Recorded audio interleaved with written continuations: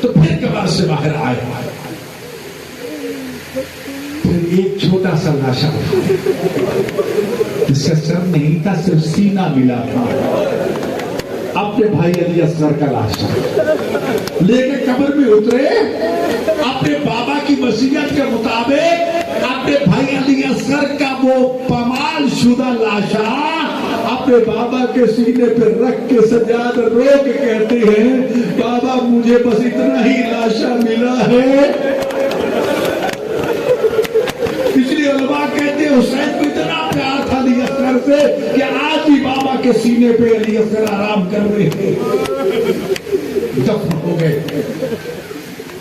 کتبہ لکھا سجاد نے، حال قبر حسین ابن علی الذی قتلوه عطشانا، کہ اس حسین غریب کی قبر ہے جس کو پیاسا شہید کر دیا۔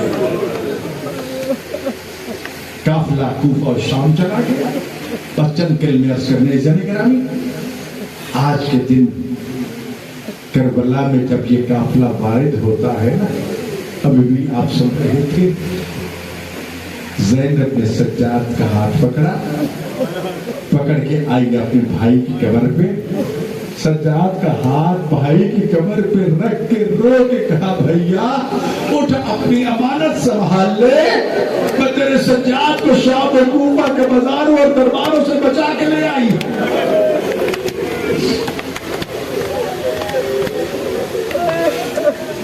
یہ پہلا شاعر حسینی جابر ہے، نابینا ہو چکے تھے، جب اپنے غلام کے ساتھ آئے اور کہا کہ مجھے میرے سردار کی قبر پر لے چلو۔ کہا میں کیسے بتاؤں کہ آپ کی سردار کی قبر کہاں ہے؟ کہا مجھے لے کے چلو، میں اس کی مٹی کی خوشبو سونگھ کے پہچان جاؤں گا۔ یہ جابر آیا، قبر حسین کی مٹی سونگھ کے قبر پہ گرا دیا، جال کٹا، رو رو کے کہتا ہے کہ وہ میرا حبیب، کیا حبیب حبیب سے بات نہیں کرے گا؟ کیا دوست آج آپ نے دوست سے بات نہیں کرے گا؟ میں نے تجھے مہر نبوت پہ سوار دیکھا، میں نے تجھے آغوش رسالت پہ دیکھا، میں نے تیرے ہونٹوں کے بوسے لیتے ہوئے رسول اللہ کو دیکھا، میں نے تیرے گلے کے بوسے لیتے ہوئے رسول اللہ کو زاروں قدار گریا کرتا رہا۔ سجاد اس چھوٹے سے قافلے کو لے کے کربلا میں پہنچے، ارادہ تھا کہ چند دن قیام کریں گے۔